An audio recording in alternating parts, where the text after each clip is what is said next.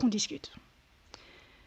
Nous sommes arrivés à un moment très particulier dans l'année, un moment discret, presque invisible, qui passe souvent sous les radars parce qu'il ne correspond à aucun rituel officiel.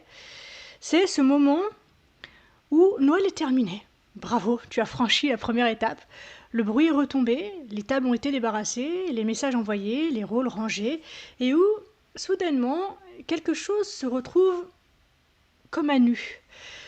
Dans cet espace-là, il n'est pas rare que surgissent une sensation étrange, difficile à nommer. Peut-être une fatigue qui n'est pas seulement physique, une espèce de flottement intérieur, parfois une tristesse, somme toute douce, mais une tristesse quand même, parfois une déception diffuse, parfois simplement une sensation de grand vide, sans contour précis. Et presque aussitôt, comme un réflexe conditionné, une petite voix intérieure apparaît, discrète mais insistante, qui murmure que maintenant, quand même, tu pourrais faire un effort et être reconnaissante. Reconnaissante d'avoir été entourée, reconnaissante d'avoir reçu, quelle que soit la forme, reconnaissante d'avoir tenu bon, reconnaissante d'avoir traversé, reconnaissante quoi qu'il en soit, bref, reconnaissante.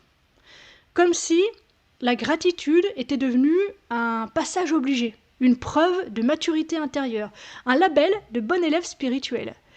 Comme si ne pas ressentir de gratitude à cet instant était le signe que quelque chose clochait en toi, que tu n'avais pas encore compris, pas encore intégré, pas encore suffisamment évolué.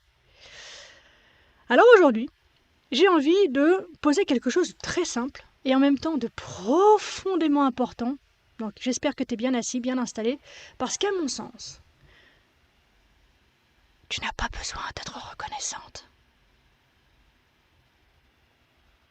Tu n'as pas besoin d'être reconnaissante. Pas maintenant. Pas si c'est pas vrai pour toi. Pas si ton corps se crispe à cette idée. Pas si, intérieurement, quelque chose se sent nié ou sommé de se taire. Et je tiens à être très claire sur ce point parce que c'est là que naissent souvent les malentendus. Ce que je te propose, ce n'est pas de détester la vie, ni de t'installer dans la plainte, ni de te raconter que tout est sombre et désespéré, que la vie est foutue. Certainement pas. La vie est belle, profondément belle, et elle mérite d'être aimée, respectée, honorée. Mais elle ne se révèle jamais sous la contrainte.